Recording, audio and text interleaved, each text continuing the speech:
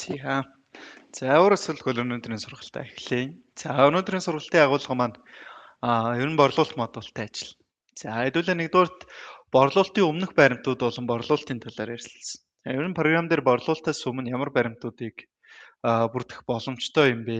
За тэгээд борлуулалтын процесс болон буцаалтууд нь яаж хийгдтiin те энэ талаар ярилцсан. За хоёрдугаарт POS системийн борлуулалт болон буцаалтын талаар ярилцсан. За эхлээд бол хэдүүлээ ERP дээр ер нь хэрхэн борлуулалтыг бүртгэж байгаа юм те энэ ажлуудыг харна гэсэн. За хоёрдугаарт POS системүүдээр хийгдсэн борлуулалтыг татах, эргээд буцаалтын татах талаар ярилцсан. За POS-ын програм гэдэг бол ер нь борлуулалтыг бүртгэж байгаа нэг төрлийн арга байгаа гэсэн үг цаана. За гуравдугаарт POS-той холбоотой POS тохиргоо болон үнийн бодлогын талаар ярилцсан. За бус тохиргоон дээр хэрэглэгч ер нь юу хийх юм те. За үнийн жагсаалт хэсэгтэй холбоотой үнийн ерөнхий тохиргоонууд нь програм дээр чи яаж хийгддэг энэ талаар ярилцсан. За дөрөвдүгээр лоялти болон урамшууллын системийн талаар ярилцсан. За энэ дээр бол гишүүнчлийн карт болон бэлгийн картын талаар ярилцсан. За гишүүнчлийн карт бол бидний хамгийн сайн мэдэх одоо номин e-mart гэх мэтлэн оноо цуглуулдаг картууд байдаг те. За энэ төрлийн картуудыг хэрхэн үүсгэж ашиглах юм тэр талаар үзэж. За дээрэс нь бэлгийн карт гаргах юм бол бэлгийн картын бүртгэлийг програм дээр ERP дээр эрхэн их талаар үзнэ. За 5 дугаарт хэдүүлээ баримтын холболт шивэлд яаж хийгддэг талаар за холболтыг хийгсний одоо ач холбогдол давуу талууд юу байх юм те энэ талаар үзнэ. За 6 дугаарт мэдээж энэ одоо борлуулалтын мэдээтэй холбоотой тайлан аналитик мэдээллүүд одоо мэдээллүүд яг юу байна те. За тэдгэр тайлан хаанаас яаж авах вэ энэ талаар үзнэ. За өнөөдрийн сургалтын агуулга бол ийм 6 хэсгээс бүрдэж. За хамгийн гол хэсгүүд бол энэ борлуулалтын өмнөх ямар баримтуудыг бүртгэх үү, борлуулалтаа ямар аргаар бүртгэх үү. За үнийн өөрчлөлтүүдээ ямар аргаар хийх үү те. За лоялти систем, урамшууллын систем ашиглагч бол аль одоо ямар одоо урамшууллын системийг сонгох уу те. Энэ талаараа үндэс ойлголттой болох хэрэгтэй гэсэн. За энэс цаашаа хэдүүлээ програм дээр ажиллаад байна.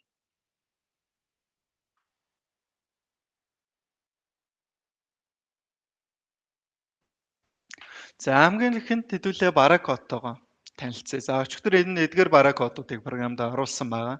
За бараа код гэдэг маань бол борлуулалт бүрдэх хамгийн одоо суурь мэдээллүүд маань энд байгаа гэсэн.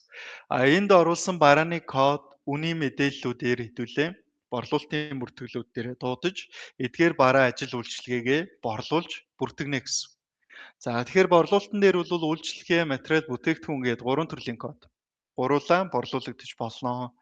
За энэ дээр үйлчилгээ төрөлтөө кодууд бол эхний 1 сарын түрээ сургалтын эрх гэх мэтлэн одоо үйлчилгээний байгууллагууд дээр ашиглагддаг одоо түгээмэл кодууд байж гэн худалдааны байгууллага, ресторан, кофе шоп дээр ашигладаг одоо PIV за энэ дээр түүхэд материалууд нь зарих хоолны төрлүүд нь ишээ гэдэг байгаа гэсэн. За үйлдвэрийн байгууллага дээр бол за ноолуурын цамцтай ноолуурын утас үйлдвэрлэдэг компаниуд. За гэх мэтлэн борлуулдаг болон түүхэд материалын код бүгдээрээ энэ цонхонд бүртгэж байгаа. Эндээс борлуулалтыг кодуудаар нь хэдүүлээ борлуулалт цонх руу борлуулалтын баримтуудаа бүртгэж ашиглана гэсэн. За нэгдүгээр борлуулалт бараа код хэсгээс манай дээр байгаа нийт одоо барааны код нэр төрлүүд юу байгаа юм бэ гэдгийг харж байна. Энд хэрвээ борлуулалтын нэр төрөл чинь нэмэгдээд за энэ дээр 1 сарын түрээсийн төлбөр чинь 3 сараараа авдаг болоод 3 сар болох бол 3 сарын түрээсийн төлбөр ч юм уу те. Ийм байдлаар код нэр төрлүүдээ бол цаг тухай бүртэн нэмээд ашиглах боломжтой. За энэ дээр орсон мэдээллүүдээр төлөө борлуулалтаа бүртгэн. За борлуулалт бүртгэхийн тулд үйлчилгээ бол үлдэгдэл хөтлөхгүй учраас шууд борлуулалтын дээрээ дуудаа явчихна. Харин нөгөө материал бүтээгдэхүүний хувьд бол бараа үлдэгдэл цонхон дээр үлдэгдлийн мэдээнүүд нь байна. За ямар дансан дээр ямар үлдэгдэлтэй байгаа юм бэ гэдэг мэдээллүүд маань байна. За мэдээж материал бүтээгдэхүүн хоёр гэдэг төрлөлүүд бол үлдэгдэлтэй байж ер нь борлуулах боломжтой. Эзэж одоо үлдэгдэлгүй байгаа бараа хэдүүлээ борлуулж чадахгүй. Үлдэгдэл байж нөгөө өндөө өгж явуулаад борлуулалтын баримтуудаа бүрдэх боломжтой болчих. За тэгэхээр бол өчигдрийн нөгөө орлогын баримтуудаар маань хэдүүлээгийн үлдэгдлүүд маань нэмэгдээд тооцогдсон байх ёстой гэсэн. За энэ дээр бол эхнээсээ Asahi гэдэг people агуулга дээр 70, салбар 1 дээр 574. За энэ бүтээгдэхүүн бол агуулга дээр 505 кг. За энэ дээр 200 кг гэх мэтлэн үлдэгдэлтэй байна гэсэн. За бараа бүтээгдэхүүн борлуулагч бол энэ үлдэгдлүүдээ эхлээд ер нь бол шалах ёстой гэсэн. За харин Үйлчилгээ төрөл дээр бол үлдэгдлийн мэдээлэл өгч шаардлагагүй шууд борлуулалтын дээрээ дуудаад ашиглах боломжтой. За эхний хэсэг маань юм байна. За дараагийнх нь борлуулалт модуль. За борлуулалт модуль хэсэг дээр борлуулалттай холбоотой бүх төрлийн бүртгэл маань энэ цонхонд хийгдэнэ. За энэ цонхоноос эхлээд эхнээс нь танилцах юм бол борлуулалтын төлөвлөгөө, борлуулалтын санал, борлуулалтын захиалга, борлуулалтын хэмжлэг, борлуулалтын буцаалт, борлуулалтын биелэл, борлуулалт дата гэдэг борлуулалттай холбоотой эхний 8 цонх нь байна. За энэ цонхонд бол борлуулалттай холбоотой анхан шатны болон борлуулалтын баримтууд маань бүрдэгдэн дээрээс нь энэ цонхон дээр хамгийн ихний борлуулалтын төлөвлөгөө гэдээ урьдчилсан мэдээ оруулах боломжтой. Эргээд төлөвлөгөө оруулах юм бол борлуулалтын мэдэн дээр нь үндэслээд биелэлтийг харуулна. Борлуулалтын дата цонхон дээр бол борлуулалтын тайлан мэдээг задгай байдлаар харуулдаг. За ийм ихний борлуулалттай холбоотой 8 цонх байна. За энэ 8 цонхон дээр хэдүүлээ нэг бүрчлэн бүртгэлүүдээ хийж үзье. За хамгийн ихнийх нь борлуулалтын төлөвлөгөө. За борлуулалтын төлөвлөгөөг сар сараар оруулж өгнө. За борлуулалтын төлөвлөгөө цонх руу орлоо, нэмэгт арлаа мөр нэмэгдэнэ.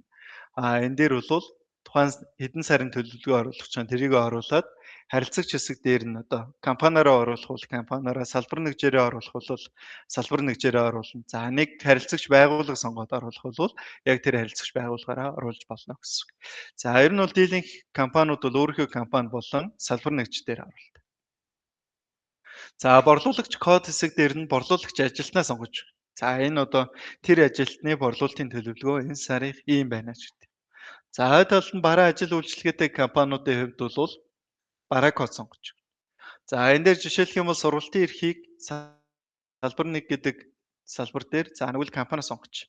За Dynsoft гэдэг компани за борлуулагч нь сургалт ордог ажилтан гэсэн үг дээ. За энэ дээр бараа код хэсэг дээр нь бол тухайн сургалтын эрхээ оруулчихна. За энэ дээр нь тухайн сард хэдэн удаа сургалт зарах хэрэгтэй юм бэ те. За тэрийг оруулаад өгч. Нэгжийн үнэ нь хэд байх вэ гэх мэтлэл. За ингээд нийт үнэ нь ингээд ороод ирнэ. За энэ мэтлэн доошоо хэдэн ч мөр байж болно. За тухайн төлөвлөгөөнүүдийг оруулж өгнө гэсэн. За дараагийнх нь би за арай өөр чиглэлийн байгууллага бол за нэг юм байдлаар оруулж өгнө гэсэн. За энэ бол эхлээд үйлчилгээний байгууллагууд бол үйлчилгээгээ дуудаал оруулчихсан. Дараа нь бол параметрал борлуулдаг компаниуд бол параметралаа дуудаад ямар хэмжээгээ ямар үнээр зарах юм бэ гэдгийг оруулаад өгч. За борлуулалтын төлөвлөгөөг ингээд бараа бүрээр нь харилцагч бүрээр нь задлж оруулах хэрэгтэй. За ингээд оруулсан байхад эргээд борлуулалтын баримтан дээр маань тооцоол хийгдээд хэдэн үеийн биелэлтэй байгаа юм бэ гэдгийг маань эргээд програм маань бидэнд тооцож харуулна гэсэн. За төлөвлөгөө хэсэг дээр бол ингэж орч. Энэ төлөвлөгөө маань эргээд борлуулалтын баримтууд бүртгэгдээд ирсний дараа энэ биелэлт цонхон дээр биелэлт нь харагдана. За одоо харах юм бол биелэлтэн дээр нь бол ямар нэгэн биелсэн тоо, хувь орж ирээгүй байх гэсэн. За хэдүүлээ явцсан донд борлуулалтын баримтуудаа бүртгээд ирэхээр чинь биелэлтийн тоо, биелэлтийн дүн нь орж ирээд хэдэн үеийн биелэлтэй байна вэ гэдэг тооцоолууд маань энэ хэсэг дээр хийгдээд гараад ирнэ гэсэн. За нэг юм хэсэг байгаа. Энийг хэдүүлээ баримтууд бүртгэснийхээ дараа орж ирж харъя. За дараагийнх нь борлуулалт болохоос өмнөх баримтууд. За борлуулалт болохоос өмнөх баримтууд дээр юу ордог вэ гэхээр борлуулалтын үнийн санал захиалга нь хэмжлэх 3 ордог. Борлуулалтын яриа явагддаг. Тухайн яриан дээр үндэслээд энэ 3 баримт эхлээд өгөгдөх боломжтой. За тухайн эхний компани дээр бараа бүтээгдэхүүнээ танилцуулаад за манайхаас энэ барааг ийм үнээр авах боломжтой ч гэдэм үү те үнийн санал авдаг. За тэгэх юм бол үнийн саналын баримт үүсгэж. За үнийн санал хэсэг рүү шинэ гэж орлоо. За энэ борлуулалтын ер нь бүх төрлийн баримтууд яг нэг ижил аргаар бүртгэгддэг. Шинэ борлуулалтын цонхны шинэ дараад орж ирж байгаа тухайн цонхны хэсэг дээр бол нэг бөглж байгаа мэдээллүүд нь баг зэрэг. За тэрнээс бол бусад үйлдэлүүд маань бол шинэ баримт үүсгэх, баримтан дээр нөхөж байгаа мэдээллүүд бол ерөнхийдөө ойролцоо ижил төрлийн мэдээлэлүүд байдаг.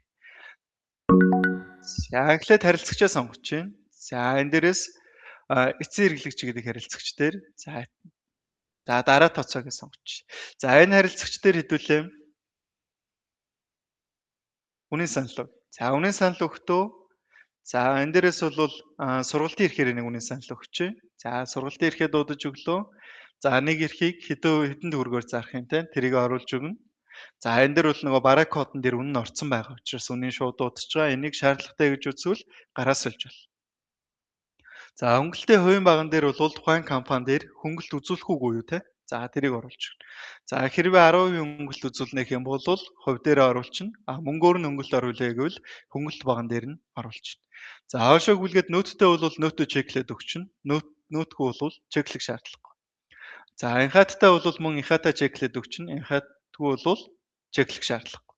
За ийм хэсэг дээр доошоо хэдэн ч барааны мэдээлэл оруулж болно. Бараа ажил үйлчилгээ бүгдийг нь доошоо тухайн нэг баримтан дээр өгж байгаа үнийн санал дээр байгаа бүгдийг нь оруулж өгнө гэсэн. За үнийн санал дээр дээдлэл тас үнийн саналын огнооноос гадна хүчинтэй гэдэг огноо байдаг. За үнэн саналыг өгтөө альва нэг огноогоор хязгаарлаж өгөх ёстой. Тухайн үнэн санал маань ямар хугацаанд хүчинтэй байгаад хэрэгжих юм бэ те? Тэр огноонуудыг зааж өгөх ёстой. За тэрнээс үүш нэг хүчинтэй огноо тавьж өгөхгүй орчих юм бол жилийн өмнө одоо үнэн санал авсан компани яг тэр үнэн саналаа бариад манайд өмнө ийм үнэн санал өгч ирсэн маа. Энэгээр авах гэсэн ингээд ирэх юм бол тэр маань өөрөө жоохон бизнес хэрэгцээнд бол тохиромжгүй болоод ирдэг. За тэрийг бол аль болох одоо богино хугацаагаар үнийн саналаа өгнө. Тухайн үнийн саналаа хүчинтэй хугацаанаас нь хамаарат хүчинтэй хугацаа дуусах өгөөд ирэх юм бол харилцагч руугаа яриад за ийм үнийн санал авсан юм аа. Энийг энэ ч одоо хүчингүй боллоо шүү те. Энэ мэдээллүүдээ өгөөд бас бизнесийн одоо ярианууд бол явагдах боломжтой байдаг. За ингээд хадгалчихад за энэ дээрээс бас дахиад нэг дутуу мэдээлэл оруулчих. За энэ дээр нэг банкны данс болон үнийн саналын төлөв оруулах боломжтой. За банкны данс бол тухайн харилцагч үнийн саналаа хүлээн зөвшөөрөө төлбөрөө хийх үед нь хэрэг бол. Харин төлөв баг нь бол тухайн үнийн санал ер нь хүчинтэй байгаа мó ер нь одоо хүчингү цуслагдаад одоо ашиглагдахгүй болцсон уугүй юу гэдгийг төлөв багнаар одоо төлөө шилжүүлээд ашиглах боломжтой байдаг. Энэ төлөвийг бол тухайн эхлэн бодогч, тухайн борлуулалтын ажилчид маань өөрсдөө гараар сонгож авдаг. За ингээд хадгалахад үнийн санал маань бэлэн болчихно. За үнийн саналаа хэвлэх тарлаа экспорт PDF хэсгээр экспортлоод авчиж болно. PDF-ээр авчиж болно. Шууд хэвлэгээр харах дарах юм бол ямар баримт хэвлэгдэж байна вэ те тэр баримтыг маань харуул. За шууд хэвлэх дарчих юм бол мэдээж холбогдсон принтер рүү маань шууд хэвлэгдэнэ гэсэн. За энэ хэсэг дээр харах юм бол энэ тухайн компани мэдээлэл байна. Энэ нөгөө тал харилцагч компани мэдээлэл байна. Тухайн одоо юуны огноо байна. Үнийн саналын маань огноо байна. За доотлолт нь бол сургалтын эрх болон нэгжийн үн хөнгөлтийн мэдээлэлтэй ийм хэсгүүд байж. За доотлолын хэсэг дээр бол гүйцэтгэх захирал борлон нэхлэн бодогчийн гарын үсэг хэсэгтэй ийм файл татагдчих. За энийг шууд хэвлэх команд өгөөд хэвлэж болно. За мэдээж шаардлагатай бол татаж авч болно. За ийм хэсэг байна. За ингээд жагсаалтаас энэ маань бол ийм байдлаар харагдана. За төлөв баган дээр тухайн үнийн санал яг ямар төлөвтэй явж байгаа юм бэ те? За огноо баган дээр хизээ үүссэн үнийн санал юм бэ? Хүчинтэй баган дээр хэдний дотор үүссэн үнийн санал юм бэ гэдэг мэдээллүүд маань харагдана. За тэгэхээр энэ хүчинтэй огноо төхөд ирсэн үнийн саналуудтай бол яриад за танах энэ үнийн санал авсан юм аа. Энийг авах уугүй юу те? Тэрийг тодорхой болгоо дараагийн одоо цуслах шаардлагатай бол цуслаад явж явах хэрэгтэй гэсэн. За борлуулалтын үнийн санал бол жагсаалтаас хувсаагаараа шүүгээд харж болно. Дээрэс нь баримтаар бараагаар динамик гэдэг 3 үзүүлэлтээр харуулдаг. Бараагаар хэсэг дээр бол бараа тус бүрийн задаргаа харагддаг. За энэ дээр нэг бараатай учраас нэг бараа мань харагдаж байгаа. Олон бараатай бол доошоо үргэлжлээд харагдана гэсэн. Динамик хэсэг дээр мөн динамик тайлангууд маань харилцагч болон дээдлийн бүх үзүүлэлтээр одоо увсарч харах боломжтой байдлаар ийм үнийн саналын баримт маань харагддаг. За үнийн санал бол дийлэнхтэй харилцагч руу чиглэсэн баримт байдаг. Тухайн баримтыг үлдээд харилцагч руу за тухайн бүтээгдэхүүн үйлчлэгийг сонирхож байгаа хүмүүс рүү өгөх зорилтоор үүсгэж ашигладаг. За ийм баримт. Дараагийнх нь борлуулалтын захиалгын баримт. За борлуулалтын захиалга бол илүү дотооддоо чиглэсэн баримт байдаг. Харилцагчаас захиалгын мэдээллүүдийг аваад тухайн захиалгын мэдээллүүдээр захиалгын баримтаа бөглөөд тухайн захиалгын баримт чинь дотооддоо буюу параметрлаа бэлдэх хүргэлтэнд гаргахтай тэдгээр үедээ ашиглах ийм баримт байдаг. За ашиглагдах шинж чанар нь бол илүү дотгошоогоо одоо компани дотоод үйл ажиллагаар чиглэсэн баримт байдаг байна. За үүсгэж байгаа процесс маань яг адилхан шин дарлаа. Тухайн захиалга өгж байгаа харилцагчаа сонголоо. За харилцагч хэсэг дээр чинь нөгөө байнгын нэг удаагийн харилцагчтай хүмүүс дээр бол заавал тэр болгоныг бүрдэх шаардлага байдаг. Шууд эцсийн хэрэглэгч юм уу тухайн харилцагчаараа явуулж болдог. Харин тухайн харилцагчийг яг бүрдэх шаардлагатай харилцагчид байгууллагууд байх юм бол тухайн байгууллагуудаа бүртгэжнэ гэсэн. За энэ дээр харилцагч хэсэг дээр нь за энэ дээр бол эцсийн хэрэглэх сонгож. За ингээд эцсийн хэрэглэгчээс нэг захиалга орж ирж байна.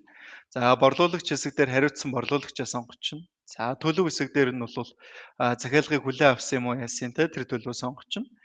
Энэ дээр банкны данс хэсэг дээр орлого орж ирэх банкны дансаа сонгочихно. За энэ дээр нэмэх дараад тухайн одоо захиалга юу захиалагдчих байгаа юм бэ те. За тэрийг оруулаад өгч. За энэ дээрээс би шингэн үндэсний захиалга авдаг компани байлаа гэх юм бол тухайн шингэн үнсээрээ захиалгуудыг бүртгэж.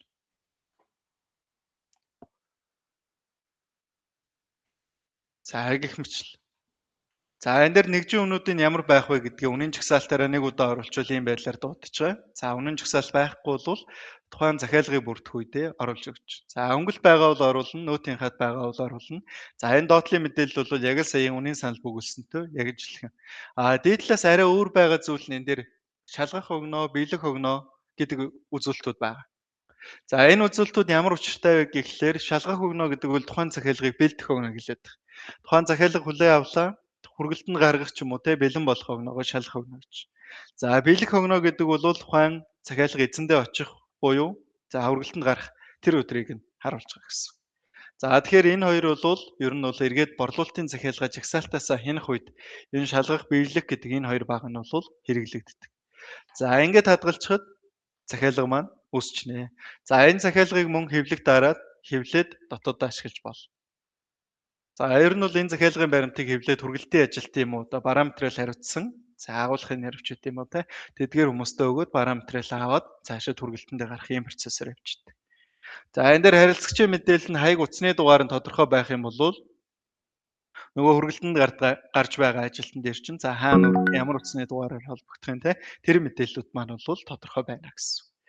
За ийм байдлаар захиалгын баримтыг бүртгэнэ. За захиалгын баримтыг бүртгээд жагсаалтаас шүүгээд харах юм бол тухайн захиалга маань харагдана. За ийм байдлаар 16-нд авсан захиалга юм байна. 20-нд биелэх ёстой юм байна. За энэ дээрээс мөн нөгөө шалгах өгнөөгөө гаргаж ирж болно. За багны нэр дээр маус өрөө дараад баган тохируулга дарах юм бол нэмж болох боломжтой бүх багнууд гараад ирнэ. За энэ дээрээс шалгах багнаа өгнөөнүүдийнхээ голд оруулаад ирнэ. За ингээд харах юм бол шалгах өгнөөгөөр шалгаад энэ багнаар шүүгээд манайх өнөөдөр ер нь хичнээн захиалга бэлдэх ёстой юм байна тий. За тэрийг харж байна. Биелэх өгнө гэдэг багнаар шүүгээд аль захиалгыг өнөөдөр хүргэж өгөх ёстой юм бэ? Хүргэлтэнд гарах ёстой юм бэ тий. Тэр мэдээлүүдээ авч байна.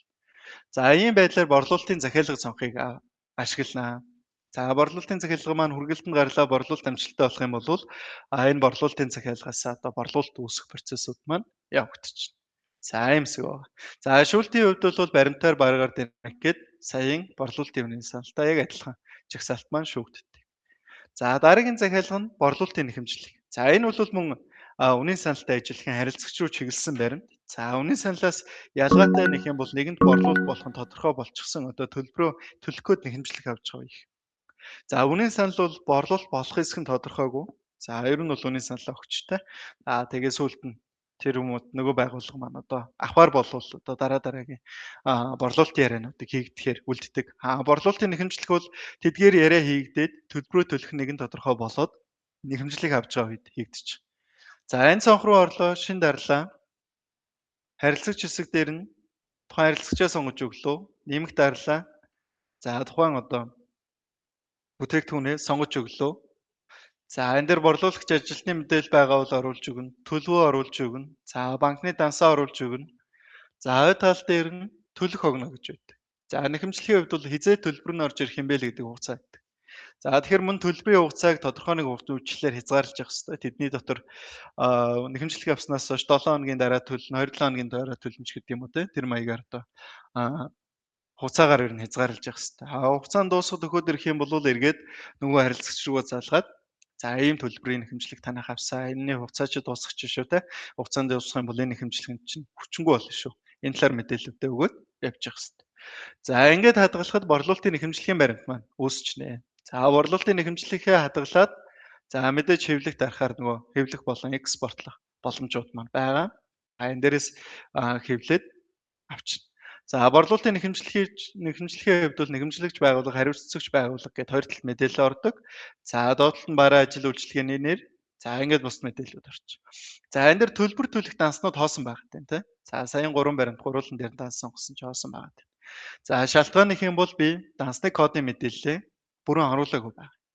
За энийг хаана яаж оруулж байна? Тэдгээр хэдүүлээ харцгаая. За санхүү бүртгэл сонхруу орлоо, данс код. За мөнгө өргөнтэй холбоотой би данснуудаа ерөөсөө огт одоо засаагүй хоосон бац дээр явж байна гэсэн.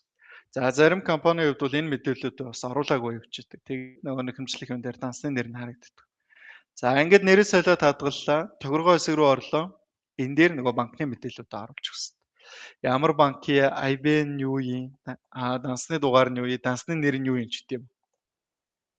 За энэ мэдээллүүдийг энэ хэсэг дээр оруулж өгөх хэрэгтэй байдаг.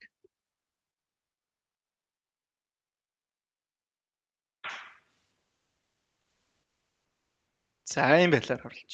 За хоёр нь бол банкаар оруулах хэрэгтэй.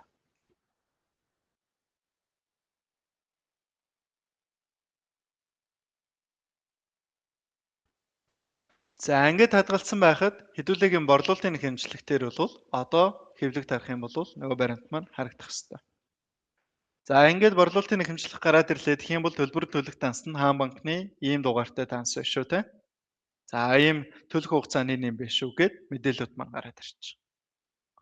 За ийм байдлаар бол дансны кодыг бол хэмжлэгтэрээ гаргана. Зарим компаниудын хувьд бол нөгөө дансаа хулж үүсгэжээ дансны дугааруудаа солиогүй ч гэдэг юм уу ийм асуудлууд байдаг. Тэр үед бол яг саяхаар сольж тохируулна гэсэн. За борлуулалтаас өмнө ийм гурван төрлийн баримт байгаа. Борлуулалтын үнийн санал, захиалга, нэхэмжлэг. За энэ гурван баримтын анхаарах зүйл бол энэ гурван баримт гуруулаа үлдэгдэлд шууд нөлөөлдөг. За яг нөгөө борлуулалт болоогүй байгаа учраас үлдэгдэл нөлөөлөхгүй гэсэн. За хэрвээ энэ гурван баримт борлуулалт болох нь тодорхой болчих юм бол за нэгвэл төлбөр нь орж ирээд борлуулалт болчих юм бол тухайн баримтнаас үйлдэл дараад үүсгэх дараад бусад баримт үүсгэх боломж байгаа. За хамгийн ихэнд бол мэдээж борлуулалт үүсгэнэ. За энэ дээрээс борлуулалтаас гадна бусад борлуулалтын захиалга, үнийн санал, харилцагын орлого ч юм уу те дараагийн баримтуудыг үүсгэж болдог. За энэ нэхэмжлэгийн дагуу төлбөр ороод ирлээ гэж үзэх юм бол за энэ борлуулалтын баримтыг үүсгэж. За борлуулалтын баримтыг үүсгээд хадгалахад за энэ маань ингээд шууд борлуулалт болчих. За борлуулалтын баримтын гол ялгаа бол энэ борлуулалтын журнал холбогдчих.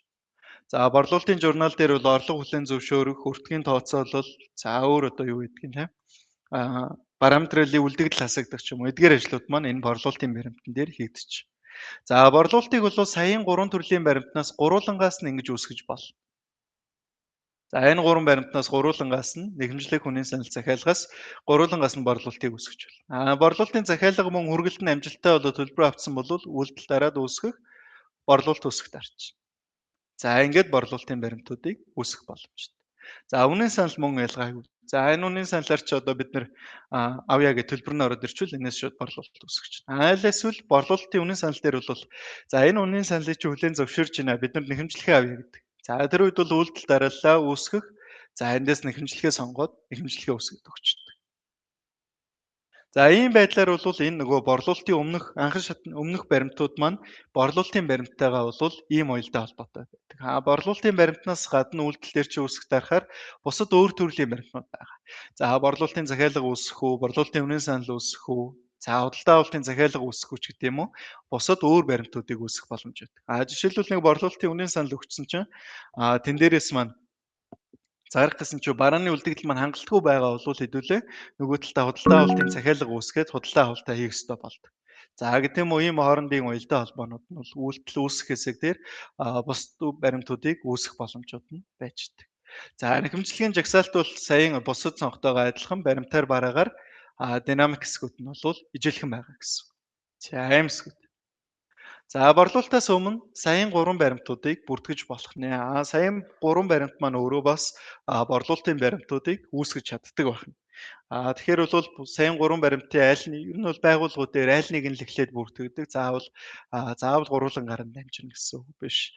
За тэн дээр бол дийлэнх компаниуд шууд нэхэмжлэг үүсгээд борлуулалт үүсгээ явьждаг. Зарим компаниуд шууд борлуулалтын захиалга үүсгээд борлуулалтын захиалгаас шууд борлуулалт үүсгээ явьждаг. За янз бүр байдаг. Борлуулалтын үнийн санал бол тэр болгон одоо байнга ашиглагдаад байдаггүй. Зайлшгүй тохиолдолд үнийн санал авъя гэсэн харилцагч нар дээр бол үлдэж өгч болдог. За юмсгүүд. За дараагийн цонх нь За борлуулалт болон борлуулалтын буцаалт. За энэ хоёр маань бол салшгүй одоо хоёр цуг хамтдаа хийгдэж явж байдаг. За борлуулалт гарч байгаа тохиолдолд бол буцаалтын баримтууд бол бүртгэгдэнэ. За хэдүүлээ бол сая борлуулалтын програм дээрх 3 төрлийн баримтаас үүсэх талаар ярьлаа. За одоо яг энэ борлуулалт цонхонд дотор ямар аргуудаар бүртгэж болох юм бэ? Энэ талаар ярих гэж. За борлуулалт цонхны үүрэг бол борлуулалтыг бүртгэн, дээрэс нь параметрын үлдэгдлийг хасна. Ямар параметрын үлдэгдэл хасагдах вэ гэхээр нөгөө бараа төрөл нь материал болон бүтээгдэхүүн төрөлтэй бараануудын одоо үлдэгдлийг шууд хасч явна. За өртгүүд нь тооцогдно. Холбогдохоор борлуулалтын орлого нөөтийн өглөг, борлуулалтын тооцоо авлагууд маань энэ цонхонд үүсдэг. За энэ цонхноос нэгдүгээрт баримт бүртгэх арга маань саяын одоо баримтуудтай адилхан шин дараад баримт үүсгэх. Шин дарлаа борлуулж байгаа харилцагчаа сонгож өглөө. За нэмэх дарлаа тухайн одоо борлуулж байгаа бараа ажил үйлчилгээгээ сонголоо. Заавал бараа байх шаардлагагүй. Нөгөө үйлчилгээнүүдийн борлуулалт маань ч гэсэн энэ цонхоор. За тоо хэмжээ хэсэг дээр нь ямар одоо тоо хэмжээтэй борлуулж байгаа. Нэгжийн үн юу байх вэ? Нийт үн юу байх вэ? Хөнгөлөлт нөөцтэй хэсэг, инхаттай хэсэг гэдэг мэдээллүүдээ бөглөөд журнал авалт. За энэ дээр бас банкны данс сонгож болно. За төлөв сонгож болно. За төлөвдөө өөрсдөө оруулаад сонгоод ашиглаж болно. За хойд талд нь за энэ дээр бас борлуулалтын нэхэмжлэгтэй адилхан тухайн борлуулалтын төлбөр хизээ орж ирэх юм бэ гэдэг огноог зааж өгдөг. За энэ огноо тодорхойгүй бол хоос орхиж болно. Хэрвээ байх юм бол борлуулалтын жагсаалтаас одоо хугацаа хэтэрсэн хэтрээгүй нь бол тооцож харгалдаг. За борлуулалт цонхны мөн энэ дээрээс ялгаатай зүйл бол журнал хэсэг байна. За борлуулалтын баримт бүртгэхэд борлуулалтын журналуудаа холбож явах хэрэгтэй. За энэ дээр бол борлуулалтын журнал дээр дийлэнх тохиолдолд борлуулалтын тооцоо буюу ер нь дансны авлагууд үүсдэг. Дансны авлагууд нь эргээд кассаар хэлцгээ орлогоор мөнгө нь орж ирэхээр тэн дээр авлагууд нь хаагдчихдаг. За ийм хэсгээр явдаг. За борлуулалтын баримтан дээр бол үлдэгдэлтэй барааны хувьд өртгийн тооцоололт хийгдэнэ. Өртөг бодсны дараа дүнгууд маань орж ирдэг. Энэ дээр өртөг орж ирээгүй шалтгаан маань хэдүүлээ нэгдүгээрт өртөг, хоёрдугаарт энэ маань үйлчлэгээ төрөлтөө бараа байгаа учраас энэ дээр өртөг бол харагдахгүй гэсэн. За хэдүүлээ хэрвээ материал бүтээгдэхүүн төрөлтөө бараа борлуулсан бол өртөг бодуулсны дараа энэ өртгийн журналууд маань орлого цэвэр дүнгээр хүлээн зөвшөөрж чинь нөөтийн өглөг үүсэж чинь нийт үнгээр борлуулалтын тооцоо буюу авлага үүсэж. За энэ авлага маань касс. За ийм байдлаар нэг бүрчлэн борлуулалтын баримтыг бүртгэнэ. За жагсаалтаас борлуулалтын баримт маань ингэж харагдана. За ингээд хоошоо гүйлгээд харах юм бол жагсаалтаас сэнэх үзүүлэлт маань за энэ дээр хизээний борлуулалт юм бэ? Ямар харилцагч вэ? Регистрийн дугаар нь юу юм? За хоошоо гүйлгээд нийт түн юу юм? Хөнгөлөлт байгаа мó те? Байхгүй бол нийт түн дээр нийт түнгээрээ байна. За төлөх огноо хэсэг дээр төлөх огноо харагдана. Төлсөн дүн хэсэг дээр дүнгууд маань харагдана. За үлдэгдэл дүн хэсэг дээр үлдэгдэл маань харагдана. Хэтэрсэн хоног хэсэг дээр за нэмэхээр харагдчих юм бол 8 хоног дутуу байна гэсэн. Хасгаар харагдчих юм бол хэтэрсэн байна те. Төлөх огноо хэтэрсэн байна гэдгийг харуулна. За ойдлын утасны дугаар хэсэг дээр нь тухайн харилцагчтай холбогдох утасны дугаарыг оруулчихна. За ингээд энэ дээрээс одоо бизнесийн хэрэгцээнд ашиглахдаа за төлөх огноо хэсэг нь дөгчгөө болвол харилцагч руугаа залгаад мэдэгдэж болно. За танаа энэ борлуулалтын төлбөр ороогүй байна. За төлөх хугацаа чинь өнгөрлөө шүү те. За энэ мэдээллийг яриад сануулж боллоо гэсэн. За борлуулалтын нэгдүгээр жагсаалтаас одоо авах мэдээллүүд маань энэ үү. За ийм нэгдүгээр тийм аргаар бүртгэгчин жагсаалт нь ийм үүрэгтэй байна. За хоёрдугаар борлуулалтын баримтыг ERP програм дээр Excel файлаас оруулж болдог. За Excel файлаас оруулахдаа жагсаалт үйлдэл дарлаа импортлох темплейт гэж татчих. За ингээд темплейт татчих юм бол бидний Excel бэлдэх хэсгүүд маань гараад ирж. За ийм Excel. За хэдүүлээ энэ Excel-ийг бөглөөд импорт хийж үзье. За нэгдүгээр дугаар гэж. За дугаар баган дээр бол тухайн одоо баримтын дугаарууд оруулж. За нэг баримтаар олон бараа байж болно. За энэ Excel дээр бол бараа бүрээр нэг мөр бэлдэх учраас хэрвээ ижилхэн нэг баримтанд орох ёстой барааг бол дугаар нь ижилхэн байна гэсэн. За нэг юм хоёр баримт оруулж үзье. За огноон дээр нь 24 оны, 26 оны.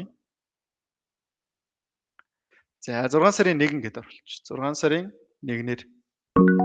За нөгөө хэсгийг 6 сарын 2-ноор авчиж. За ийм хоёр баримт импорт хийж үз.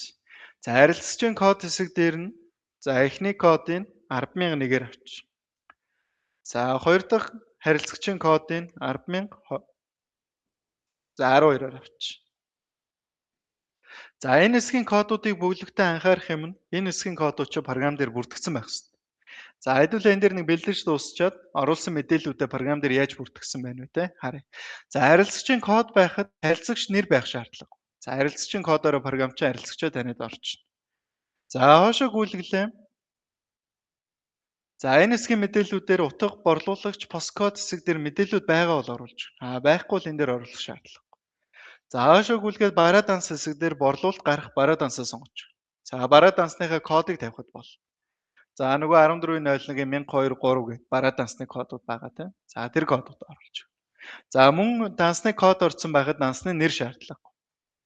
За талд нь бараа бүтээгдэхүүний кодууд маань. За бараа код, за мөн програм дээр бүртгэгдсэн барааны код байх хэрэгтэй. За би энэ дээр бол 1023 гэд оруулж. За код орсон байхад нэр тавих шаардлагагүй.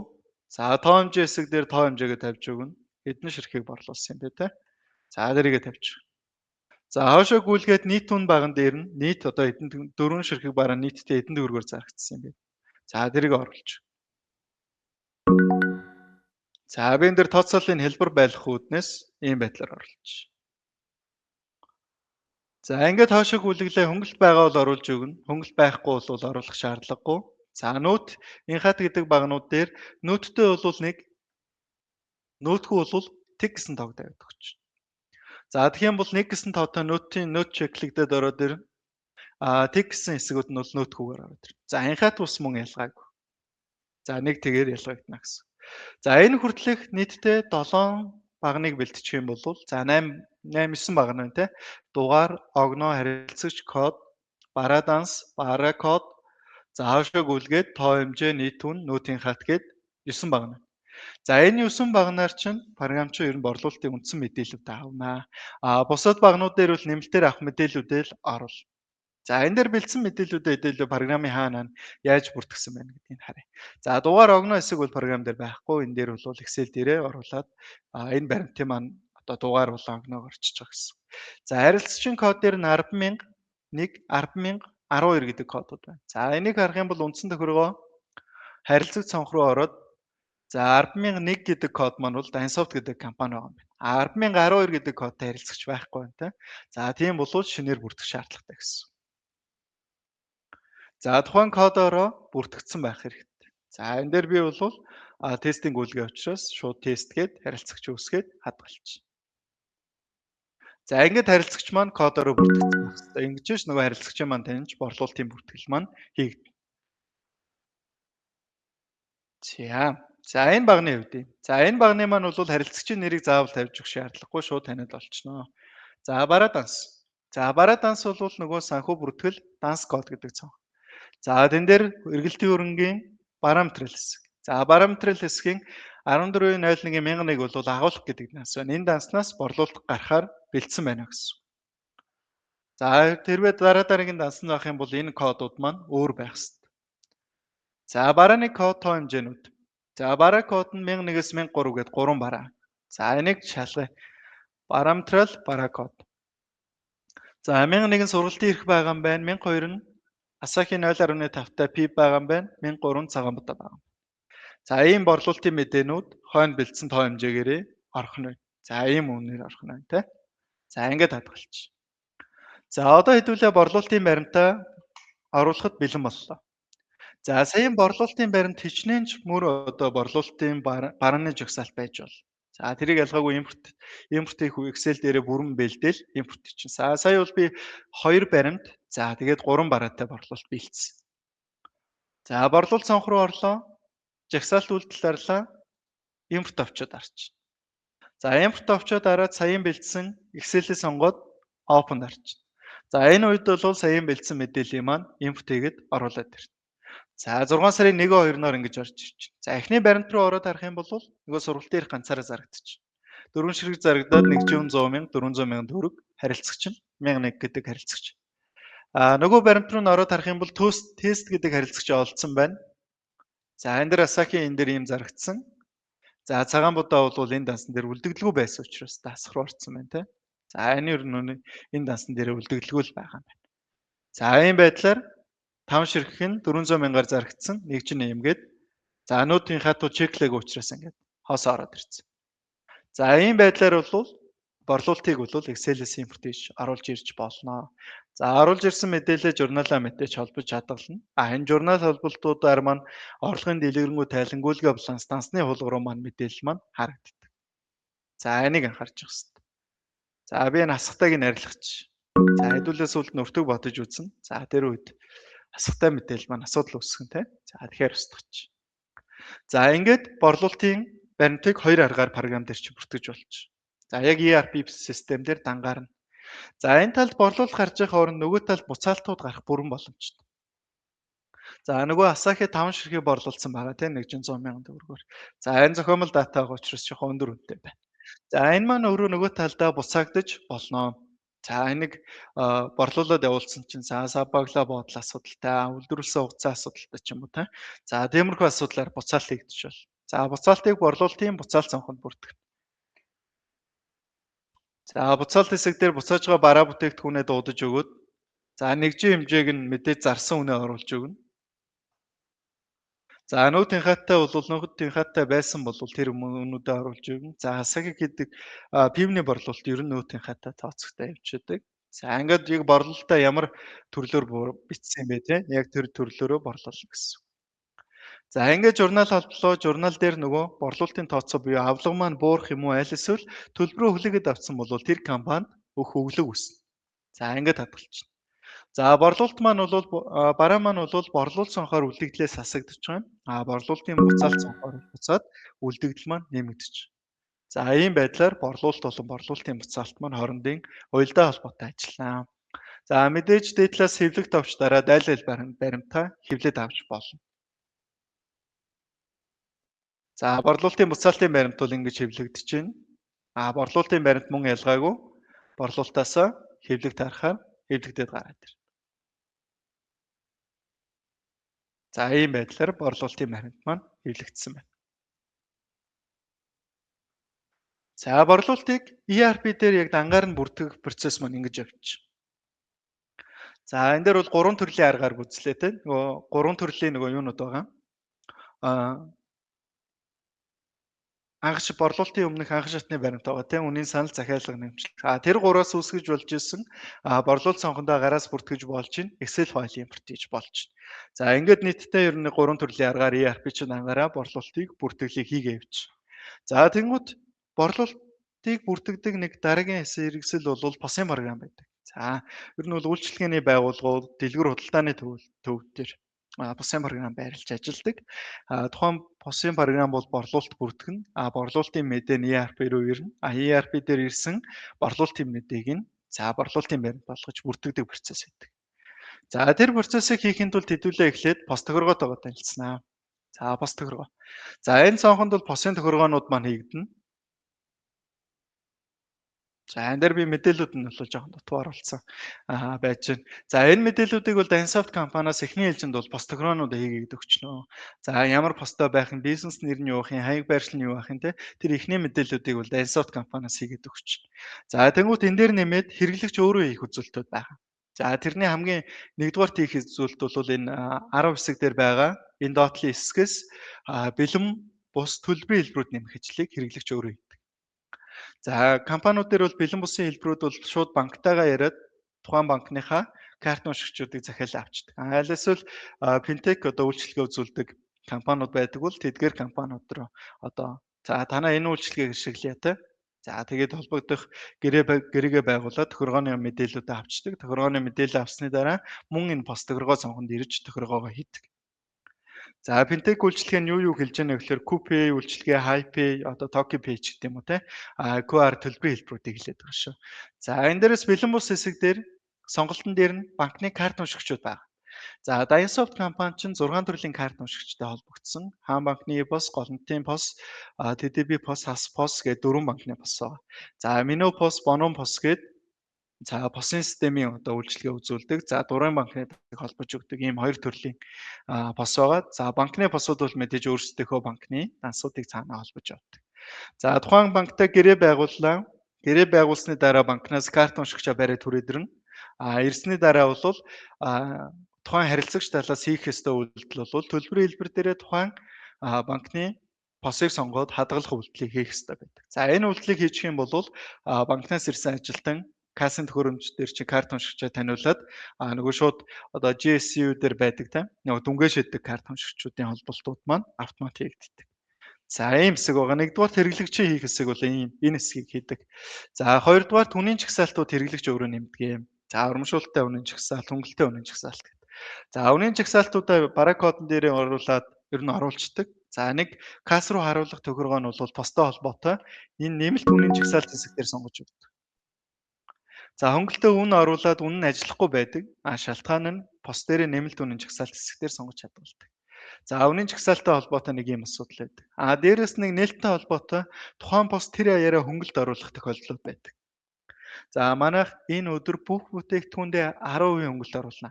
За тэгэх юм бол энэ пост тохиргооны бараад унс үнийн энэ хөнгөлөлт баган дээр шууд хувиа тавьж өгöd хадгалцдаг.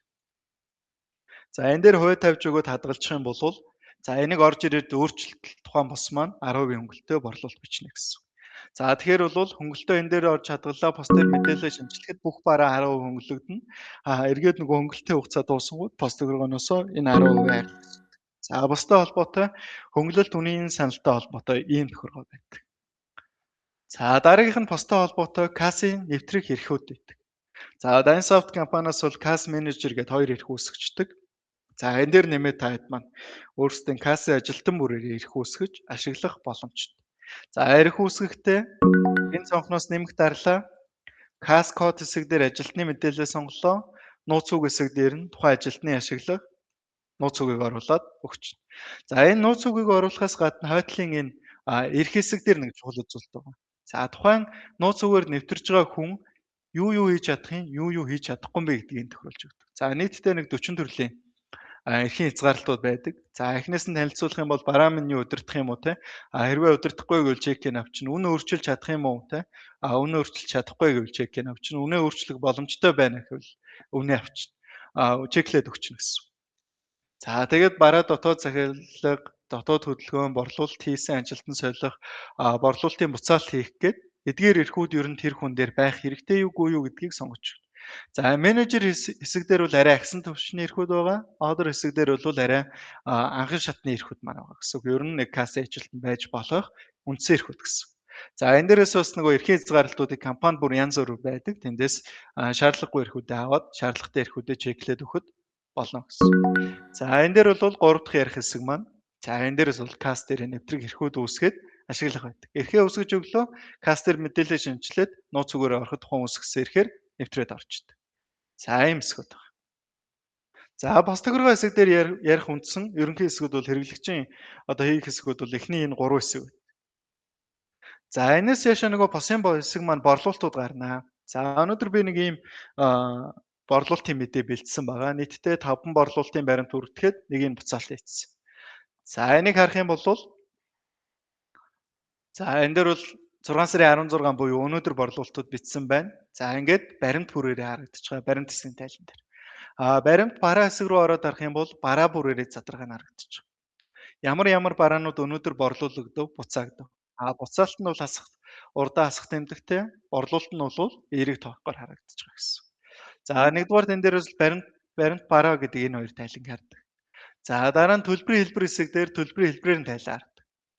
За энэ дээр бол өнөөдөр 965 мянган төгрөгийн борлуулалт бичигдсэн. Бүгдээрээ бэлэн бус нэгээр борлуулалт бичигдсэн байна гэсэн. За хоошоо гүйлгээд нээлт таалт гэдэг тайлан байдаг. За нээлт таалт гэдэг тайлан бол яг нөгөө бусын борлуулалтын мэдээнүүдийг шүүж харахад их тохиромжтой тайлан байдаг. За энэ дээр юу байдаг вэ гэхлээр тухайн өдрийн нээлтийг хизээ нээсэн, хэн нээсэн, эргээд хизээ хаасан, хэн хаасан. Нийт хэдэн цаг ажилласан, эхэлсэн мөнгө байсан юм уу, бэлэн хаасан мөнгө байсан юм уу, бэлэн бус хаасан мөнгө байсан юм уу те. Тэгээд тухайн хугацаанд ямар борлуулалт хийсэн? За зөрүү нь юу юм? За энэ дээр харах юм бол би эхэлсэн мөнгө байгаагүй. Бэлэн бус хаасан мөнгө нь 900 мянган төгрөг. Борлуулалт нь 965 мянган төгрөгийн борлуулалт хийсэн. 65 мянган төгрөгийн дутагдал үүссэн гэдэг ийм тайлан харагдчих. За эндээс бол юуг нь л харж байна гэсэн. Нийт тухайн хэдэн цаг ажиллаад хэдэн төгрөгийн борлуулалт хийсэн юм бэ те? Хэн хаасан? Хаахта мөнгөний дутагдал болон илүүдлийн зөрүүнүүд хэр байна вэ? Тэр ерөнхий датануудыг харчиж байгаа гэсэн. За ингээд борлуулалтын мэдээнүүдээ энэ хэсгүүдээр хянчин эргээд энэ мэдээллүүд маань борлуулалт санхунд болон борлуулалтын буцаалт санхуд руу татагдах ёстой байдаг. За борлуулалт хэсэг рүү орлоо. За борлуулалт хэсэг дээр бол хэдүүлээ хоёр аргаар бүртгэж үзсэн байна. За одоо гурав дахь арга нь посоос татна. За энэ цонхноос шинэ гээд орлоо. Үйлдэл пос борлуулалт татах гэдэг хэсэг байна. За энэ дээр дарлаа тухайн хугацаагаа оруулаад шүүхэд тухайн өдрийн посын борлуулалтанд маань харагдана. За энэ дээр шууд баримтан дээрээ дараад ороход борлуулалт маань татагдаад гараад ирнэ. За эндээс харах юм бол нийтдээ сая 125 мянган төгрөгийн борлуулалт. За уул нь 965 мянган төгрөгийн борлуулалт байгаад байсан. Шалтгаан нь их юм бол нөгөө борлуулалтын буцаалт маань энэ дээр ороод ирсэн байгаа гэсэн. Борлуулалт нь одоо нэмэгдсэн дүнгээрээ татагдж байна гэсэн. За буцаалт орцсон дүнгээрээ гэсэн. За ингээд журналаа албачна. За ингээд журналаа холбоод хадгалчихна. За зарлага бол үлдэгдэл хийж үлдэгдэл хасч байгаа учраас үлдэгдэл хүрэлцвэл сануулга өгнө. Програмч сануулга өгж байгаа ч гэсэн тухайн баримтыг хадгалах боломжтой. За ер нь бол бизнесийн хэрэгцээн дээр бол худалдаа авалтуудаа сүүлд нь хийх тохиолдлууд маш их байдаг. За тэгэхээр бол энэ дээр тийм үлдэгдэлгүй болчвол баримт хадгалахгүй байна гэсэн тийм тохиргоо бол байхгүй. Хасах үлдэгдэлтэй болсон гэдгийг сануулад борлуулалтын баримт нь бол хадгалагдаад явчихна гэсэн. За ингээд борлуулалтын баримтаа бүртгэжлээ. За нөгөө талд юу маань буцаалт байгаа. За буцаалттай үед бол борлуулалтын буцаалт сонх руу ороод за мөн шинэ гэж ороод үйлдэл пос буцаалт татах гээд буцаалтаа бас татах ёстой гэсэн. За эхлээд борлуулалт болцсон учраас борлуулалтын дээр маань нэмэгдэж орж ирж байгаа. Нөгөөх маань дахиад буцаалт болцсон учраас борлуулалтаас хасагдах баримт нь энэ борлуулалтын буцаалтын баримт байгаа гэсэн. За тэгээд борлуулалттай холбоотой үүссэн тооцоог буцааж бууруулж өгөөд нөөтийн өглөг болон борлуулалтын буцаалтууд маань өөрөө нөөтийн өглөгийг бууруулна. Борлуулалтын буцаалт нь борлуулалтын орлогын дэлгэрэнгүй тайлан дээр бол буцаах үзүүлэлт болж орж ирдэг. За ийм байдлаар посын борлуулалтыг татнаа. За посын борлуулалтыг татахдаа анхаарах юм борлуулалт татах чинь борлуулалт одоо буцаалт нэмэгдсэн дүнгээрээ нийт дүнгээрээ татагдчих байгаа. Тэн дээр буцаагдсан ч борлуулалтууд байгаа, буцаагдаагүй нийт борлуулалтууд ч байгаа гэсэн. Нөгөө талдаа харин борлуулалтын буцаалтын баримтаа зайлшгүй татаж явах хэрэгтэй. Борлуулалтын буцаалтын баримтаар чинь нөгөө буцаагдсан барааны орлого болон холбогдох тооцооны бууруулах журнал бичлэлтүүд нь хийгдэж байгаа гэсэн. За энэ хоёр үйлдэлийг хийчих юм бол борлуулалт болон борлуулалтын буцаалт маань хийгдэж байна гэсэн. За борлуулалтыг посоос татах ийм үйлдэл байгаа гэсэн. Энэ бол Dynsoft POS гэдэг посын програмаас одоо кассын програмаас борлуулалтын мэдээ татж байгаа үйлдэл маань байна гэсэн. За үндсэндээ борлуулалтын баримтуудыг ийм үйлдэлүүдээр татчихна. За хэдүүлээ борлуулалт бүртгэх аргуудаа үзлээ. За одоо хэдүүлээ нөгөө борлуулалтын биелэлтэй сэргийгээ тарах. За ингэсэн чинь ингэж харагдчихна. За сургалтын эрх маань нийтдээ 5 зарагдчихжээ. 5 зарагдахтаа нэлээд төлөвлөсөн үнээс маань бол нэлээд хямдар зарагдсан байна. Нийт үн нь 730 мянган төгрөг гэж. Доотлын Asahi Pip бол 6 сард огт зарагдаагүй байна. За тэгэхээр биелэлт дүн хоосоо харагдчихна. За энэ дээрээс харах юм бол эхний сургалтын эрх маань тоогоороо 50% биелсэн. Дүнгээрээ бол 22% биелсэн. Буюу за дүнгээрээ бол нэлээд шаардлага хангаагүй те маш бага үнээр зарцсан байна гэсэн. За ингээд доотлын биелэлт одоо борлуулалт огт гараагүй зөвлөл дээр бол биелэлтийн хувьд биелэлтийн дүнгууд маань текст үзүүлэлтээр харагдчих. За төлөвлөгөө оруулах юм бол эргээд ийм нэг биелэлтийн хувьтай ийм хэсгийг бол програмч нь тооцож харуулдаг. За дараагийнх нь борлуулалтын дата.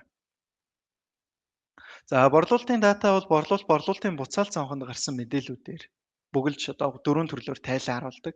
За эхний тайл нь графикаар харуулж. За энэ хугацаанд чинь хугацаагаа өгөө шүүгээд харах юм бол за энэ сар гээ шүүгээд харах юм бол за энэ сард тэгсэн нийт борлуулалтын үнээрээ за хөнгөлөлт байгаа бол хөнгөлөлт нь байна. Нийт үн хэсэг дээр нийт үн орж ирнэ. Хөнгөлөлт тассан дүн гэсэн үг. За тэгээд нөөтийнхаад татваргүй дүн өртөг байгаа бол өртөг. За тэгээд ашигын мэдээлэл ямар байгаа гэдгийг ийм үндсэндээ нэг ийм графикаар харуулчих. За дараагийн хэсэг дээр нь товчоо байдлаар харуулчих. За товчоо хэсэг дээр бол сар сараар нь харуулдаг. За энэ дээр би зөвхөн 6 сарын борлуулалтууд бүртгэж байгаа учраас 6 сард нийтдээ 19 ширхэг одоо бараа борлуулалт хийсэн 5,395 мянган төгрөгийн борлуулалттай хөнгөлөлт байхгүй. Нийт үн нөөтийнхаад татваргүй дүн өртгүүд байхгүй. За ашигын мэдээллүүд нь иймгээд Ийм тооцоололууд хийгдчихэж. За энэ өртөгтэй холбоотой мэдээлэл хоосон байгаа шалтгаан хэдүүлээ параметрлынхаа өртөг бодолтыг хийгээгүй байгаа гэсэн үг. Өртөг бодгод анхаарах юм чинь хасах үлдэгдэлтэй бараа байж болдог. За хэдүүлээ бол энэ хоёр барааг хасахтай болгосон байна те. За тэгэхээр энэ хасахтай бараануудаа хэрвээ арилгачих юм бол саяын өртгийн бодолтууд маань хийгдэх боломжтой байсан гэсэн. За би энэ дээр жишээ харуулах байгаа учраас хасгуудаа арилгаад тооцоолыг харуулчих. За хасгуудаа арилгалаа буцаагаад өртөг бодуулчих. За ингээд өртөг маань амжилттай бодогдно. Хэдүүлээ борлуулалтын дата хэсэг рүүгээ ороод сэргийг дараад харах юм бол өртгийн мэдээллүүд маань ороод ирнэ. За өртгийн мэдээлэл маань 352 мянга гэж орж ирээд ашигын тооцоолууд маань 4,182 мянган төгрөг болоод ороод ирж байна гэсэн. За ийм эсхийн тооцоолууд хийгдэж байна. За дараагийн дэлгэрэнгүй тайлан бол бүгдийг нь задгаа байдлаар оруулсан тайлан. За энэ бол хэрэглэгч өөрөө одоо хөссөн үзүүлэлтээр энэ бүлэглэх багн руу багнаа байрлуулад харах боломжтой хэсэг байдаг. За жишээлбэл эхлээд харилцагчаар нь бүлэглэх юм бол харилцагч хэсэг дээр нь ийм харилцагч байна. Энэ харилцагч 8 ширхэг бараа ийм үнээр авсан байна. Бүр бараагаар нь харъяг бол барааны нэрээ мөн хойдолд нь бүлэглээд оруулж. За тэгэх юм бол харилцагчаа задлангууд энэ харилцагч бол за түрээсийн 1 сарын түрээс авсан байна. Тэгээд за сургалтын эрх авсан байна. За салбар нэг дээр харах юм бол энэ салбар нэг дээр ийм борлуулалтууд хийсэн байна гэд борлуулалтын мэдээнүүдийг одоо задлаад за хэрэглэгч бол дурын байдлаар хүсрээд харах боломж байдаг гэсэн. За дараагийнх нь динамик тайл. За динамик тайл мөн ялгаагүй хэрэглэгч дурын байдлаар өсрээд харна. За харагдсан үед нэлээд тайлаа харахад зориулагдсан байдлаар хийгдсэн ийм тайлан байна. За сараар нь харах юм бол 6 дугаар сар дээр ийм борлуулалтууд хийгдсэн байна. За бараанууд нь сургалтын эрх 3 удаа зарагдсан. За энэ 1 удаа зарагдсан гэх мэтлэн зарагдсан тоонууд маань байж байна гэсэн. За энэ дээрээс дээд талаас бүх үзүүлэлтийн доошог үлгээд харж болно. За жишээлбэл өртөг ашигын мэдээллүүдийг харъя гэвэл өртөг ашигын багны хойдолд нь оруулчихна. За энэ дээрээс харах юм бол энэ ноолуурын цамц бол 160 мянган төгрөгөөр зардсан байсан чинь энэ маань өөрөө 300 мянган төгрөгийн өртөгтэй ашиг нь одоо хасах руу орцсон. За энэ дээр анхаарах хэрэгтэй харагдаж байна. Дээрээс нь нүхрийн мах дээр бас байна те. Үнгүй борлуулалт хийсэн чинь 30 мянган төгрөгийн өртөгтэй хасах руу орцсон. За энэ Асаки пивний хувьд бол нийт түн өртгөх нь бага нэлээд ашигтай байдлаар харагдаж байна ч гэдэг юм уу. Ийм байдлаар борлуулалтын дата гэдэг энэ тайланг бол хөссөн үзүүлэлтээр ухсраад харж. За ийм нэг үндсэн борлуулалт цонхны борлуулалт гэсэн 8 цонхон дээр бүртгэлүүд хийгдээд мөн тайлан мэдээнүүд харагдаж байна гэсэн. За дараагийн хэсэг маань үнэн жагсаалтын хэсэг. За үнэн жагсаалт хэсэг дээр үнэн жагсаалтын мэдээллүүдийг оруулнаа. За үнэн жагсаалттай холбоотой би нэгдүгээрт нэг харилцагч зориулсан үнэ оруулъя. Дараа нь хоёрдугаарт нэг урамшууллын үнэн жагсаалт оруулж үзэл. За нэгдүгээр хэсэг дээр нь шин дараад үнэн жагсаалтын нэрийг үсгэж. За нэршлиг бол одоо тухайн зориулаад за номинд бараа нийлүүлдэг газар номинд зориулаад үнэн жагсаалт оруулъя гэвэл за номингийн үнэн жагсаалт гэдэг үсгэж. За ингээд үнэн жагсаалтаа үсгээд хадгалчихна. Дараа нь энэ үнэн жагсаалтан дээр маань ямар бараа ямар үнэтэй байх вэ гэдгийг доотлын үнийн тохиргоо цонхоор шийднэ. За энийг үндсэн үнээрээ шүүгээд харах юм бол үндсэн үн ямар үнээр зарагдж байгаа юм бэ гэдэг нь харагдана. Үндсэн үнээс солиод сая номингийн үнийн жагсаалтаа сонгоод харах юм бол за үн оруулаагүй байгаа учраас үн хоос харагдчих. За энэ дээр үн оруулахдаа нэгдүгээр гараас бичиж болно. За гараас бичиж болно. За хоёрдугаарт энэ зарах хүн болон энэ томьёог ашиглаж байна. Зарах хүн тэнцүү суурь үнийг үржих фактор гэдэг. За суурь үн гэдэг бол энэ дээр сонгож байгаа нэг суурь үн бол гэсэн. За үндсэн сонгоод өгчих юм бол үндсэн үн маань суурь үн болчихно. За энэ эхнийхийг бол би гараас оруулдаг чигээр нь оруулаад тавьчих. Хоёр дахь үнээр за одоо суурь үнэ олдсон юм чинь фактороо сонгоч. За фактор хэсэг дээр томьёог оруулчих. За номинд үндсэн үнээс үндсэн үнэ 90% борлуулдаг гэх юм бол 0.9%-аар үржиж. За тэгэх юм бол 330 мянган төгрөгөөс 0.9% нь олчихно. За энэ дээрээс хамгийн ихний үзүүлэлтээ доош ижилгээд энэ сум дээр дарчих юм бол доош ижилхэн болоод бүх багны хувьд 90%-аар нь тооцоолъё гэж. За үнийг ингэж одоо хоёр төрлөөр оруулж болдог. Хүсвэл зарах хүн дээр нь гараас бичиж болно. Аль эсвэл олноор нь ингэж үржих одоо тийм хэрэгцээ шаардлага байх юм бол суурь үн фактор гэдэг энэ хоёр багныг ашиглаад ингэж оруулчих болж. За ингээд хадгалахад номингийн үнийн жагсаалт маань орчихно гэсэн. За энэ үнийн жагсаалт маань нөгөө номингийн үнийн жагсаалтыг сонгоход энэ үнээрээ дуудаад ашиглагдаа явчихна. За дараагийн хэсэг дээр нь урамшуулалттай үнийн жагсаалт. За дийлэнх тохиолдолд нөгөө нэг худалдааны байгууллагуудаар бол нэг дээр нэмэх нь нэг за тэдгээр үнийн жагсаалтууд их ашиглагддаг.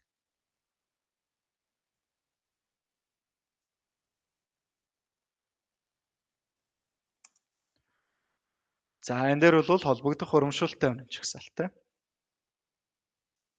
За ингээд нэршлээ өгч нь за урамшуултай үнийн жагсаалт хэсэг дээр tag хэсэг дээр нь promotion гэдэг энэ хэсгийг сонгодог.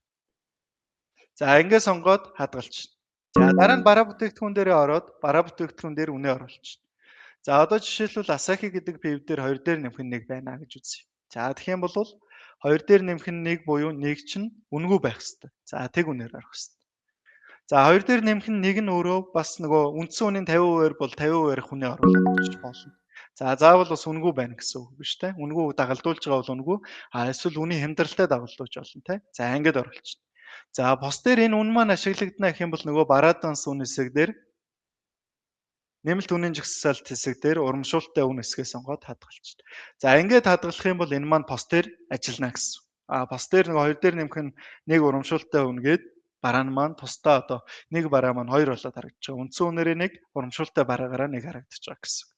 За ийм байдлаар бол за энэ хэсгийн бараанууд маань үнийн тохиргоонууд маань хийгдэнэ урамшуултай үн дээр. Урамшуулалгүй болвол зөвхөн үнийн тохиргоо хэсэг дээр зарах үнүүдээ зарах үн баган дээр тавиад юм уу энэ суурь үн факторыг ашиглаад тооцоолоод оруулах боломжтой. За үнийн тохиргоон дээр юм байна. За дараагийн хэсэг нь урамшууллын системүүд. За энэ дээр би хоёр төрлийн системийг ярина. Бэлгийн карт болон гишүүнчлийн картыг. За эхлээд хэдүүлээ бэлгийн картыг ярьчих. За бэлгийн картыг бэлгийн карт цонхонд оруулнаа. За ээшээ оруулахдаа шин дараад салбар хэсэг дээр нь тухайн ашиглах салбараа орчино. Борлуулалтаа сонгочих юм бол энэ хоёр салбар дээр хоёулын дээр нь ажиллана. Салбар нэгээ сонгочих юм бол зөвхөн салбар нэг дээр ажиллана гэсэн. За дийлэн компани бол салбарууд дээр ажиллахаар тохируулдаг. За картын дугаар хэсэг дээр бол картын дугаараа хэдэн карт үүсгэх юм бэ те? Тэргээ тавиад өгч. За 1-ээс 2 гэдэг өгчих юм бол 1 болон 2 дугаартай карт үүсгэж чинь 1-ээс 10 гэдэг үүсгэж юм бол 1-ээс 10 хүртэл дугаартай картууд үүсгэж.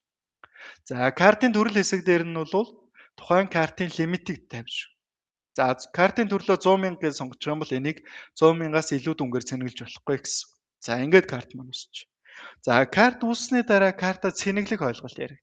Цэнэглэхдээ мэдээж саяын картын төрөл буюу лимитээс одоо бага дүнгээр л цэнэглэх боломжтой. Яг лимитээр нь цэнгэлж болно, тэрнээс бага дүнгээр цэнгэлж болно. За 100 мянган төгрөгийн карт үүсгэчээд 200 мянган төгрөгөөр цэнгэлж болохгүй гэсэн. За эхний картаа цэнэглэе. Сонголоо, жагсаалт үйлдэлээс цэнэглэ. За энэ дээр дүнгээ оруулаад өгчнө. За цэнэглэх үед чи хоёр сонголттой. Бэлгийн картыг мөнгөөр болон хөнгөлтөөр цэнэглэж болдог. За мөнгөөр цэнэглэхийн одоо өөр ялгаатай талууд нь хэм бол мөнгөөр цэнэглэх юм бол тухайн бэлгийн картыг ашиглах үед тухайн дүн дээр нь баримт шивж өгдөг. За ямар үед мөнгөөр цэнэглэдэг вэ гэхээр тухайн бэлгийн картыг зарах үедээ баримт шивж өгөөгүй үед мөнгөөр цэнэглэ. За үйлчлүүлэх үед нь баримт олгоно гэсэн. Бэлгийн картаа ирж ашиглалаа, баримт шивж өгөлнө. Ийм үед мөнгөөр цэнэглэ. За мөнгөөр цэнэглэж өглөө картыг ашиглахад бэлэн боллоо каст дээр энэ картын дугаараар дуудаад ашиглаж гэнэ гэсэн. За хоёр дахь нь бол хөнгөлтөөр цэнэглэх. За ямар үед хөнгөлтөөр цэнэглэх вэ гэхлээр эхлээд баримтаа шивээд өгсөн. Дараа үйлчлүүлэх үед нь баримт шивж өгөх шаардлагагүй үед хөнгөлтөөр цэнэглэ. За ялгаа нь бол энэ. Хөнгөлтөөр цэнэглэх юм бол дараагийн удаа хөнгөлтөө борлуулалт бичигдээд баримт шивэгдэхгүй гэсэн. Мөнгөөр цэнэглэх юм бол баримт шивэгдэнэ гэсэн. Тэгэхээр урьдчилаад баримтаа өгсөн үү, үгүй байгаа юу гэдгээс хамаарат баримтаа олох олохгүйгээ энэ хөнгөлтөөр юм уу мөнгөөр цэнэглэх хэсэг дээрээ шийднэ. За бэлгийн картын хэрэгцээ бол ердөө байна. За өөр ямар нэгэн одоо энэ дээр тохиоргоо байхгүй гэсэн. За юмсэг. За энэ дээр нэмээд бэлгийн картн дээр нэмээд хэлэхэд нөгөө харилцагчдтай одоо харилцагч байгууллагуудаа бэлгийн карт бэлгэлэх тохиолдол гардаг. Тэр үед бол хөнгөлтөр цэнэглээд өгдөг шүү. Тэр харилцагчаас ямар нэгэн байдлаар мөнгө авахгүй. За дээрэс нь баримт шивж өгөхгүй зүгээр оромшуул маягаар болгочихж байна гэх юм бол хөнгөлтөр цэнэглээ өгчих болно. За юмсэг баг. За дараагийнх нь бэлгийн карт. За бэлгийн карт хэсэг дээр гишүүнчлийн карт. Гишүүнчлийн карт хэсэг дээр бол байнгын одоо энэ бол гишүүнчлийн карт бол байнгын ашиглагдана. Бэлгийн карт бол нэг ашиглаад нөгөө мөнгө дуусчих юм бол дараа тэр картыг ашиглах шаардлага болчих. За гишүүнчлийн карт маань бол байнгын үйлчлүүлэгчдэд зориулж ирнэ өгж байгаа. Ер нь байнгын ашиглагдах шин чанартай ийм карт байдаг. За эхлээд хэдүүлээ гишүүнчлийн картаа үүсгэн. За шин дараа. За салбар хэсэг дээр нь ашиглагдах салбар нэгжээ сонгочихно. Картын эхлэх дуусах дугаар дээр бол хэдэн карт үүсэх юм те. Тэр тоогоороо картуудаа олгочихно. За картын төрөл хэсэг дээр хоёр сонголт байгаа. Шууд хөнгөлөх, оноо хөрөнгөлөгдөх. За эхлээд хэдүүлээ шууд хөнгөлөх картыг үүсгэх. За шууд хөнгөлөхөө сонгоод хөнгөлөлтийн хувийг нь 5% гэж сонгочих. За шууд хөнгөлөх карт дээр бол ямар нэгэн эргэж оноо хөрөнгөлөгдөх янз бүрийн асуудал байхгүй шууд худалдаа авалтын дүнгээс нь хөнгөлөөл өгч. 100,000 төгрөгийн худалдаа авалт хийж байгаа хүн 5% хөнгөлөлтийн картаа байвал шууд 5,000 төгрөг хасагдаад 95,000 төгрөгөөр тооцоогоо хийнэ гэсэн. За хөнгөлөлтийн картны бол давуу тал нь их юм бол шууд тухайн үеийн худалдаа авалтан дээр нь хөнгөлөөд өгчдөг. За эргээд тэр оноо хөрөнгөлөгдөөл хөрөнгөлөгдсөн оноогоо шалгана, оноогийн үнийн үлдэгдлээ шалгана гэдэг ойлголт огт байхгүй гэсэн. За шууд ашиглаад явчихна. За нөгөө карт нь бол оноо хөрөнгөлөгдөх карт. За оноо хөрөнгөлөгдөх карт бол сүүлийн үеийн бизнес дээр нэлээдгүй хэрэглэгддэг. За бидний хамгийн сайн мэдэх жишээнүүд бол GSCU 8 E-Mart гэдэг. За жижиг сүлжээ дэлгүүрүүдээс гадна том хайпермаркетууд хүртэл яг энэ оноо хөрөнгөлөгдөх урамшууллын системийг хэрэгжүүлсэн байдаг. За энэ дээр бол оноо хөрөнгөлөгдөхөө сонгочихно. Хөрөнгөлөгдөх онооны хувь. За энэ хөнгөлөлт болон хөрөнгөлийн хувь хэсэг дээр тавьж. За энэ маань бол оноо хөрөнгөлөгдөх нь бол картын төрлөөс хамаарат хөрөнгөлөгдөд явчихна гэсэн. За ингээд хадгалчихна. За ингээд хадгалчихна. За энэ оноо хөрөнгөлөгдөх карт маань бол эхний худалдаа авалтаас тохируулсан хувиар оноо хадгалагдана. Дараагийн худалдаа авалтан дээр оноогоо ашиглах боломжтой байдаг. За эхлээд ингээд хэдүүлээ картаа үүсгэчихнэ. Энэ карта үүсгэсний дараа хэдүүлээ гишүүнчлэлээ олгох гэдэг, гишүүнчлэлийн бүртгэлээ хийх гэдэг ийм ажил байна. За тэр ажлыг бол гишүүнчлэл цаанханд хийж байна. За бэлгэн картыг бол арай ажиллагаа ихтэй гэсэн. Цаана ямар хүн байна вэ гэдэг зүйлийг тохируулж өгч байна гэсэн. За гишүүнчлэл цонх руу орлоо, шинэ гэж орлоо, гишүүнчлэлийн бүртгэлээ.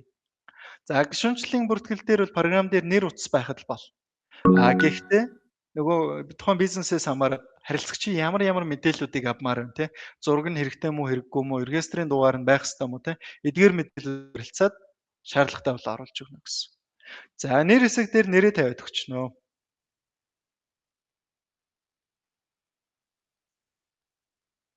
За Батбаяр гэдэг хүн дээр болгоч. За утасны дугаар дээр нь утасны дугаарыг тавиад өгч. За энэ бусад төрлийн төрсөн огноо, хаяг, нэмэлт ий баримтын дугаар гэдэг мэдээллүүдийг нөхөж оруулж болно. За оруулахгүй явсан ч болно гэсэн. За карт олох хэсэг рүү очлоо, картын дугаараа тавиад энтер дарч. За тэгэх юм бол тухайн картыг дуутчих. За 21 дугаартай карт бол оноо хөрөнгөлөгдөх карт байна. За тайлбар хэсэг дээр холбогдох тайлбараа бичиж, карт олох юм уу, тестээр үзэж байгаа юм уу, хинд олгож байгаа нь те ерөнхий тайлбар оруулж. За пин код хэсэг дээр шаардлагатай бол пин код оруулж байна. За E-Mart номингийн хэсгүүд бол пин кодтай байдаг те. Нэг нууцыг оруулаад 4 оронтой нууцыг оруулаад авдаг. За зарим компаниудын хувьд бол энэ нууцуг байх шаардлагагүй байдаг. Хэрвээ нууцуг байх шаардлагатай гэвэл энэ дээр оруулж өгнө, байх шаардлагагүй гэвэл хос орхино гэсэн. За ингээд хадгалахад гишүүнчлэл маань олгогдно. За одоо энэ гишүүнчлийн маань ашиглаад нөгөө борлуулалтын дээр сонгоод явхад энэ оноо хөрөнгөлөгдөх карт бол оноо нь хөрөнгөлөгдөд үлдэгдэл онооны хэсгүүд маань бүглэгдөөд явна. Хөнгөлөлтийн карт бол шууд ашиглах үед хөнгөлөлтөө үзүүлээд явчихна гэсэн. За энэ картыг эргээд каст дээр дуудахдаа энэ картын дугаар болон энэ утасны дугаар аль алинаар нь дуудаж болно. Заавал картын дугаараар чийжлэх шаардлагагүй те. Хэрэглэгч өөрийнхөө утасны дугаарыг хэлээд карта дуудаад ашиглах боломжтой гэсэн. За олголтын процессууд нь энэ. За хөнгөлөлтөө карт олох процесс бас яг адилхан. Холбогдох тайлбар нэр утасны дугаараа орууллаа. За карт олох хэсэг дээр нь картын дугаараа дуудаж өглөө. Тайлбар болон пин код байгаа бол оруулж өглөө. Хадгалчихна. За ингээд гишүүнчлэлийн хөнгөлөлтийн карт маань олгогчно. Олгох процесс маань адилхан, үүсгэхдээ арай өөр байна. Эргээд ашиглалт нь хоёр өөр байна гэсэн. За ийм байдлаар гишүүнчлэлийн картуудыг үүсгэж болно. Эргээд гишүүнчлэлтэй холбоотой тайлан мэдээг борлуулалт, бус тайлан цонхноос гишүүнчлэл гэдэг цонхоор хардаг. За тэн дээр хідэн одоо удаа үйлчлүүлсэн, хоригдлогдсон оноо ашигласан огноонууд нь юу байгаа нь тэр мэдээллүүдийг харуулдаг гэсэн. За энэ хэсэг дээр бол тайлбар. За энэ дээр би бол сая дөнгөж карта өсгөж байгаа учраас борлуулалтын түүхгүй хоос харагдаж байна гэсэн. За ийм хэсэг. За урамшууллын хэсгэд маань. За хамгийн сүүлийн ярих хэсэг маань e-баримт. За Dynsoft програм чинь e-баримтын сайттай холбогдсон байдаг. За POS болон ERP хоёулаа холбож болдог.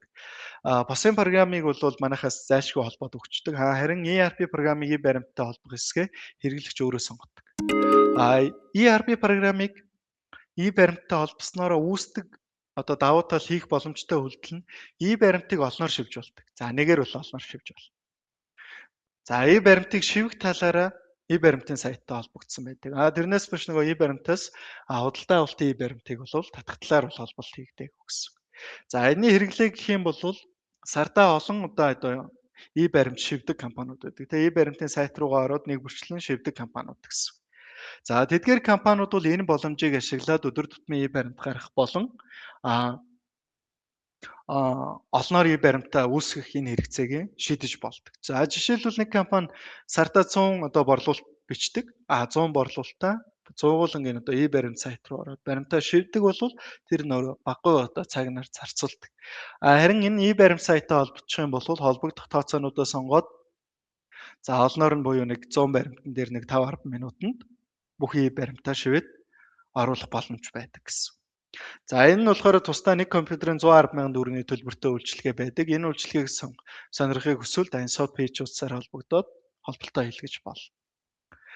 За тэгэхээр бол энийг нөгөө сардаа олон e-баримт үүсдэг. Тэгээд e-баримтаа гараар шивж байгаа компаниуд дээр санал болгож байна гэсэн үг.